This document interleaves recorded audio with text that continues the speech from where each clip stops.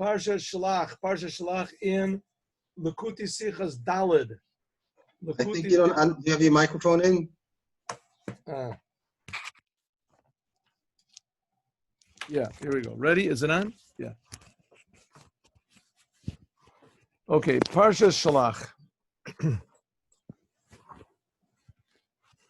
All right, we're on Lekuti Sichas Daled. Now, look, Parshat Shelach is very sort of astounding. It's sort of really shocking why they even put this in Torah.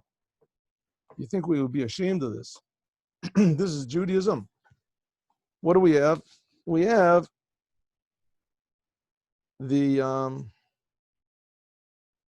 Jewish people get out of Egypt. Excuse me. Jewish people get out of Egypt. Amazing miracles. And true, they worship the golden calf, but Hashem forgives them. They paid off their debt. And now they're coming to the whole goal of creation. The Jewish people have been in Egypt. They've experienced it. They've experienced that God was the one who took them out of Egypt. They would have never gotten out on their own. They experienced that Moshe is God's man. That if it wasn't for Moshe, they would have never left Egypt. And Moshe took them to Mount Sinai. And he gave them the Torah. It was too powerful, too good. They couldn't take it. Moshe, only he went up. And he got the Torah for them, and he brought it down. The Jews were tremendously happy. They got the Torah. We have a holiday on that holiday of Shavuot. 50 days before that, we have the holiday of Pesach. This is the foundations of Judaism. God, the creator of the universe, created the world in 6 days.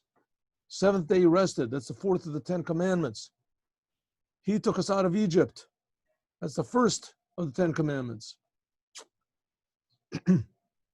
Basis of Judaism, going out of Egypt and receiving the Torah.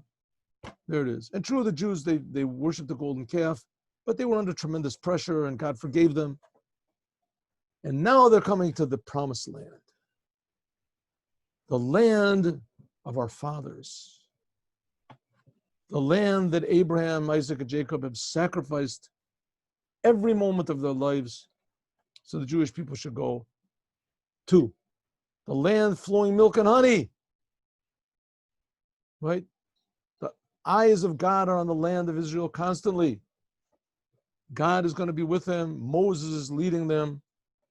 Successful leader, creator of the universe, is with them. Moshe says, okay, everyone, let's go in and take that land. Hello. Let's go and take that land. Hello, you guys, are you listening? Hello. Figured everybody would go, yeah, Eretz Israel. Oh, there's a Kodesh. Moshe said, is something wrong? I mean, are your speakers turned, you're on mute or something? I mean, let's go and take the land. Everybody said, listen, Moshe, we've been thinking about this. What? Let's case the place out first. Let's see what it is, how it is over there in the land of Israel, so we can go in the best way, Let's just not be too rash, So Moshe said, okay, if that's what you want. Then the spies came back, and the spies said, don't do it. Don't go in. It's terrible. And then all the Jewish people said, oh, this is what we thought. This is what we thought. God wants to kill us. We knew it. Moshe wants to kill us. We're not going. We're staying in the desert. So what's the point of that? What are you going to do in the desert? I mean, that's the end of the Torah. The whole point is you're supposed to go to the land of Israel. No. No, we're not going to go in. And everybody said, we're not going in. What's going on? What's going on? What type of a story is this? So let's look and see. The Parshat Shelach, in this Parsha, this portion of the Torah, Shelach, Mesaper, the Torah tells us, Ki Amar Galim, that the scouts, they call them the spies, if you want to call it. The scouts. What happened? Moshe said, we're going to go into the land of Israel, but first of all, we'll send in 12 scouts, one from each tribe, and they'll scout out the land of Israel, and they'll tell us where the best attack.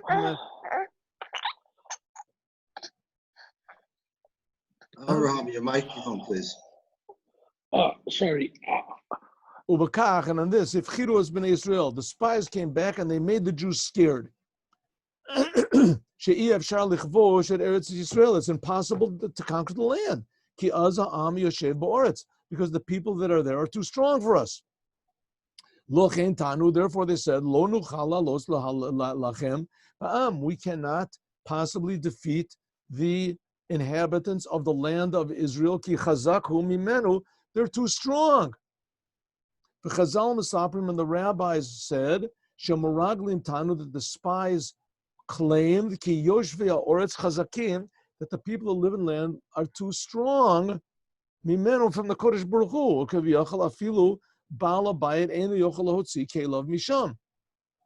It says, so to speak, that even God cannot control the place. It's too strong.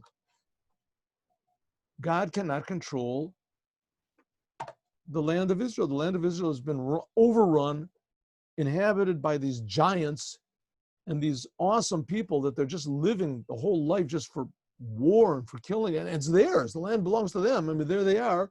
They're there first. And so, we can't take it over. That's what the spies came back. They said they can't take it over. Kol Sipuri Torah, all the stories of the Torah, Harim Hora, these are a teaching of Orenu for us, Avodaseinu Dor Vador, for every single generation. Right? Who would dream that that's the purpose of the Jewish people, that we have to be servants? Essence of a Jew is a servant. Who would dream a thing like that? Who are we servants of? What are you talking about? Every Jew is a servant of the Creator. We're put here in the world for a purpose, and every Jew has this. In fact, every human being has the purpose, but we have to start with the Jews. If the Jews, they have an obvious purpose, if they shirk their responsibility and say that there's no commander and there's no this, so then what do you want from the non-Jews? What can they do? Right? If the son of the boss, right, or the boss's son says the boss doesn't know, there's no boss, my father died, he doesn't know what he's talking about, don't do what he says, so nobody's going to do it, of course. Here the Jewish people are the sons of God. At Mount Sinai, they became the servants of God. So they're supposed to be serving God. Okay, that's back then. What about now? We're the same thing. The same God is the same now. God is infinite. He's creating time. He's creating us. And he's creating us to be servants. It says, who wants to be a servant? Who would? Says the Rebbe, not only you have to be a servant, but I'm going to teach you how to be a servant and how it's really good for you. And one of the ways I'm going to teach you how is by the stories of the Torah. What it means to be a servant of God. Yeshiva, and this is for every Jew. Yeshiva, that's what a Jew is. That's the definition of a Jew. Yeshiva, there is lahavin, to understand Maya Hora. What is the story about these spies? Amnam Siprim Meraglim, even though there comes a tikkun of Bechia Ladoros, even though the story of the spies, now we're fixing up what's called the Bechia Ladoros. Weeping for all generations. When did the spies come back? When did the spies come back and start complaining and this and this? It was on Tisha B'Av, the 9th day of Av. That was also the date when the temples were destroyed. The first temple, and 480 years later, Second temple, 490 years later, the second temple was destroyed on Tisha B'Av. So it says, you're crying now. You don't want to go into the land of Israel. Jewish people are crying. They're weeping. We don't want to go in. We don't want to go in. We just want to stay in the desert. As God said, okay, you'll weep for a long time. This date, you're going to weep a long time. Shabbat Katotza. This comes from Mitanusam, El Lashem Kach, Hari'enu Chashuv Ladat, Kol Prate. Good, maybe we should know why the temple was destroyed on the 9th, and it's just repaying for this terrible sin they did. But you don't have to have all the details.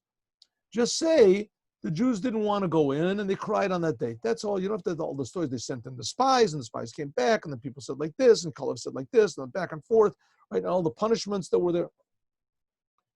There must be a lesson from everything in the world, and especially from the Torah. The word Torah means teaching, hora'ah. We also have to understand, Ketzad, how is it?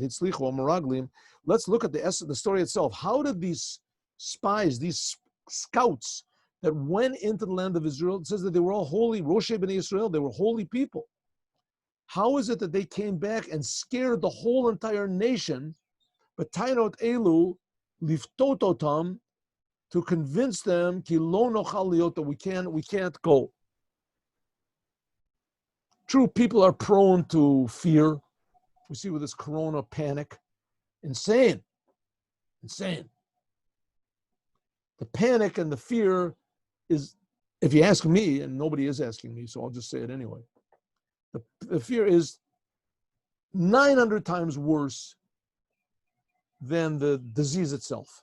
The fear, 9 times worse, 90 times worse. It's worse. The fear, the pachad, inside, don't go out, don't touch someone, don't touch, step on a crack, you break your mother's back. Good, okay, put the masks don't help, it's stupid. Masks.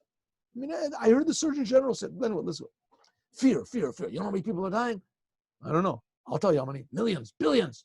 Everybody's dying. Everyone's dying, right? The only people that are left from the corona, they will die from the global warming.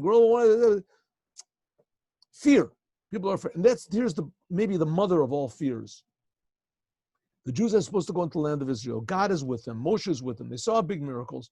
Come back, 10 people. 2 of them said, Yehoshua and Kalev, they came back and they said that it's good to go into the land of Israel. Well, not.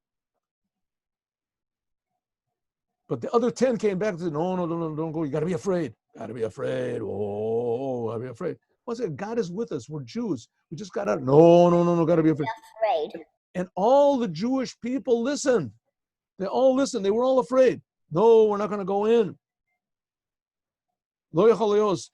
The Bnei Yisrael, they witnessed these amazing miracles, galuyim of a Kodesh Baruch Hu, l'mayla mi'atava, above nature. Yosef and Midbar, when the Jewish people were in the desert was a place of nachash, sraf, vakrav. It was a place of snakes and all sorts of weird serpents and scorpions. But to Erba Midrash, it says, and the Midrash tells us how frightening, how scary were the snakes and these srafim, whatever that is, some sort of weird creepers that burned you. And akravim is really, you ever see a scorpion? We saw a couple of pictures. That is really frightening looking. It's like just created to hurt. No good in it whatsoever. All it has is just all these weapons and claps and things just to hurt you. That's the whole purpose of a scorpion. Pew, that's really scary. What? What kind of weapons? I just don't understand. I'm sorry. He said, what kind of weapons? What kind of arm? Yeah. Big poker. Has these 2 clappers in the front, and it's got this big stinger in the back. That's the whole thing, is just this big stinger, right? It also has a thing in its mouth. Okay. Scorpions are scary.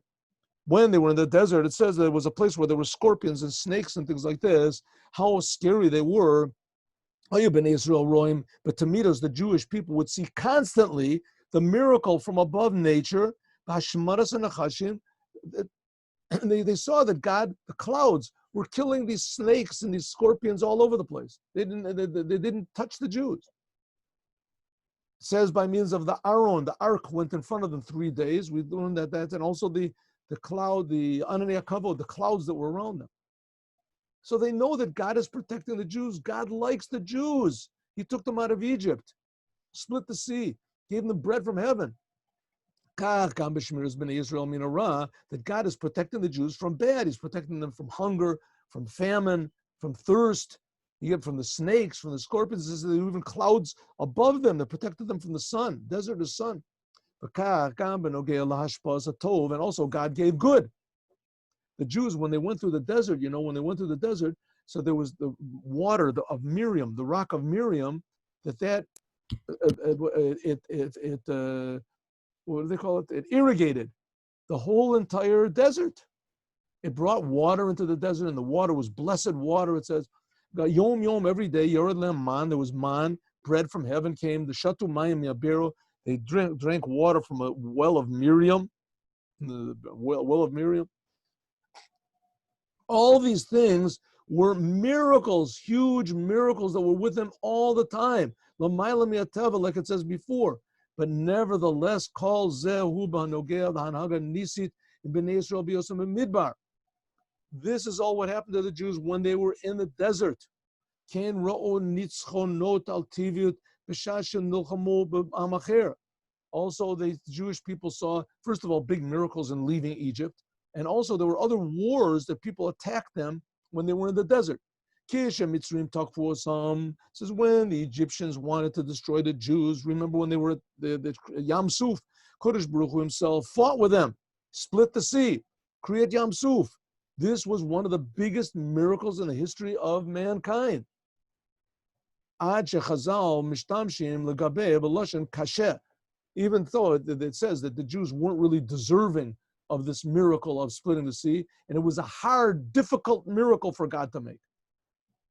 And all these things that the Jews saw, how they got out of Egypt, how God is providing for them, how he's killing the snakes, how he's giving them water, how he's giving them this, all these things, the Jewish people, they didn't even have to have faith for these things. They saw it with their own eyes. And they didn't have to read a book and believe that they saw with their own eyes that God took them out of Egypt. They saw.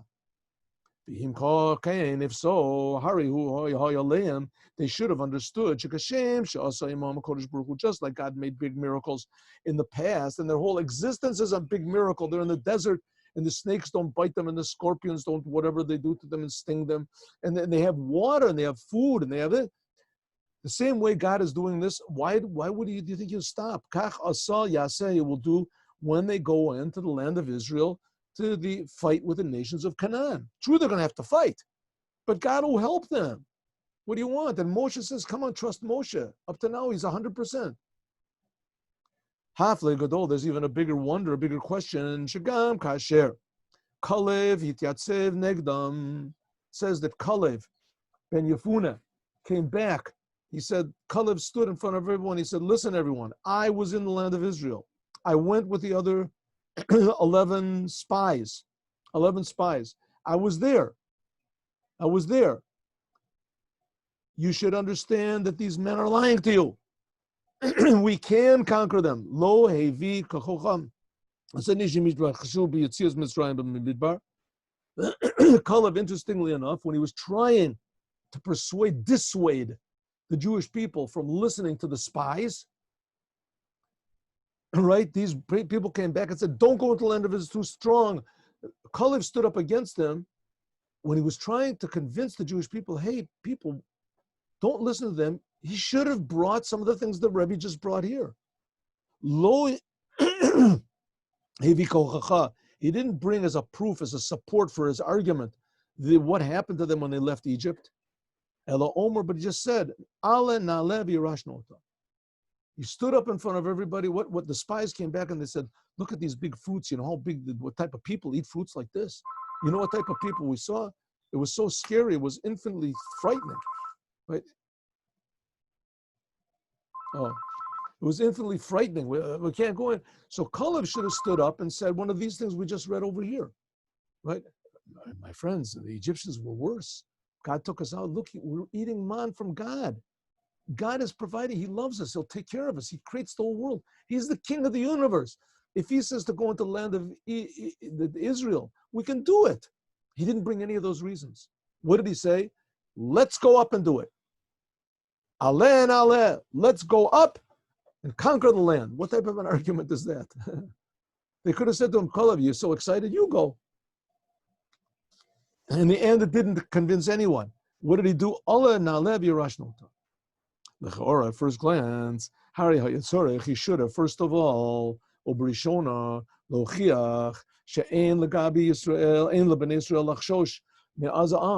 all, Kalev should have said, my friends, let's calm down. Let's calm down. How did we get here in the desert? Remember the miracles that were done for us. Remember the Egyptians tried to kill us. Remember, where is the food coming from? Moses, we owe him a debt of gratitude. He took us out. He's not trying to fool us. Didn't say any of those things. He should have said how powerful God is. Remind them about the miracles. Why didn't he do that? Why didn't Kalev do all those things? Why did he just say, let's go up? Base. the kach and the fact shanitzchon al Paro, that the victory on Paro eno mehave hochacha. Maybe you can say, listen, the reason that Kalev didn't bring any reasons for his argument about ignoring the other spies and let's go up and conquer the land, why didn't he bring any reasons for relying on God? Maybe we can say like this. What's he going to bring? That we left Egypt, that God defeated the Egyptians? Maybe you can say that maybe the Egyptians weren't as powerful as the kings in Israel. It says that there were 31 kings that ruled over the land of Israel. 31 kings. Maybe those 31 kings were stronger than Egypt. Huh? And that's why the Jewish people were afraid, because they heard these 31 kings were stronger than Egypt, and that God took them out of Egypt. That's no proof that he can beat this is the major leagues now. The 31 kings, that's major leagues. The king of Egypt, that was a preparation. That was just, what do we call it? The minor leagues, little leagues. Shahari, Beshirat Hayam, you can't say that though. Why? Because when the Jews sang the song of victory after God split the sea and drowned the Egyptians, it says, Sharu kol b'nei Yisrael, the Jewish people say, Namogul kol yoshvei Canaan. They say this, they all sang together. All of the people of Canaan, that's what they're going to conquer. Canaan, their hearts melted. Shenitzachon b'nei Yisrael b'milchamas Canaan, b'milchamas Mitzrayim, that the fact that the Jews defeated and decimated Egypt, and it wasn't the Jews that did it, of course, it was God, and everybody knew that God was with the Egyptians, against the Egyptians, was with the Jews. This hipil pachad atzum al kol yeshvei Canaan. This brought fear into the hearts of all of the dwellers of Canaan. Ad kedei kach, so much to Arba'im Shana, that 40 years afterwards, kishegiya l'meraglim, when these spies came back, the spies that Yoshua sent, when did this whole story happen? This whole story happened in the second year after they left Egypt. The story about the spies. The second year. And as soon as the Jews said, we don't want to go into the land of Egypt, the Jews said, we don't want to go into the land of Israel. The Jews said, we refuse. So God said, okay, you won't go in. You'll wander around here for 40 years. You'll wander around the desert for 40 years. The Maisa, they only wandered around the time that they had gone from Egypt, that counted also. And that went in the time. So they wandered around. It was 40 years later, after God split the sea. Right? After God split the sea. God split the sea 50 days after they left Egypt. God split the sea. I'm sorry. God split the sea. God split the sea 7 days after they left Egypt. 7 days after they left Egypt. Now they've been wandering around in the desert. They will be wandering around in the desert for 40 years. They come up to the land of Israel. This is 40 years afterwards. This is way after this story here. Yehoshua, that's the Haftorah. Yehoshua also sent spies to look around in Israel. He did the same thing. The spies that Yehoshua sent in, they came back and they said, Shamu shapachad zeh, that the people in Canaan were still afraid from what they heard from their parents about the splitting of the sea. Nisi kriyas Yamsuf, hemised levavam shel kol yeshvei Canaan. The fact that God split the Yam Suf for the Jews, this kept all the kings and all the people in Canaan in fear for 40 years. Kol Shechen, how much more so, B'shah Shelach Moshe, when Moshe Rabbeinu sent the spies, this was just a few days, weeks, whatever, after Kriyas Yamsuf. Vadai, certainly, Chayavim Hayu B'nei Yisrael Liot Betuchim B'nitzchonam Alamed Aleph Malachim. For sure, the Jews should have been certain that they would defeat all of these kings. Right? The kings were all afraid of the Jews. Even more, it says in the Gemara, She'uma, She'aleha Meshubadim Yisrael, that whatever nation that rules over the Jews, God makes it the strongest of all the nations. When the Jews were in Egypt, Egypt ruled over the whole world. So it comes out that these 31 kings, it comes out that these 31 kings, they were servants of Egypt. If so, the question really comes back really big. First of all, why did the Jewish people not believe in God? They saw that God defeated the Egyptians. And you can't say it's because maybe the kings in Israel were stronger than the Egyptians. The Egyptians were the strongest of all. They ruled over the whole world. And the kings in Israel were afraid 40 years afterwards. So why was it that everyone was afraid of the Jews and the Jews were afraid of everyone? Why? That doesn't make any sense. Right. And it even makes maybe even less sense. Why didn't Kalev, who was trying to dissuade the Jews from their fear, why didn't he bring up this argument? My friends, God defeated Egypt. He certainly can defeat these. Why didn't Kalev just say that?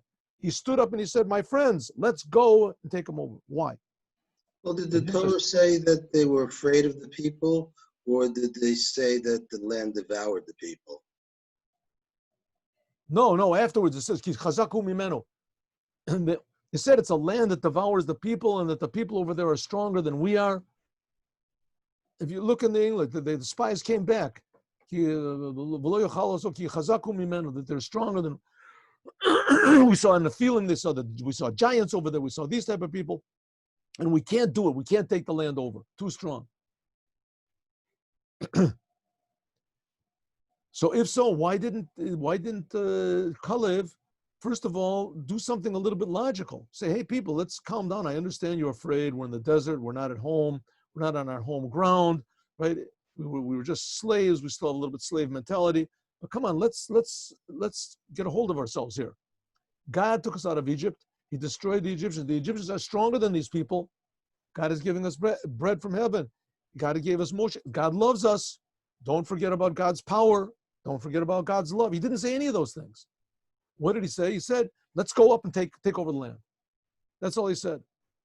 Nimsa, so it comes out that these 31 kings were subservient even to Egypt. So if so, we can understand that after that God defeated Egypt, Shuv lo haya makom v'yitera, so there was no place for the Jewish people to be afraid. Maybe you can say that they forgot about it because all of a sudden they got scared for no reason. So Kalev, who he was trying to get rid of this fear, he should have reminded them of the power of God. Why didn't he do this? So we have two questions. Why were the Jews afraid to go in the land of Israel? And second, why didn't Kalev give them some reason why not to be afraid? There were ample reasons. Why didn't he bring any of them? He just said, let us go up. And that ends today's class. I'll give you a story. Kids want to start. Are the kids there?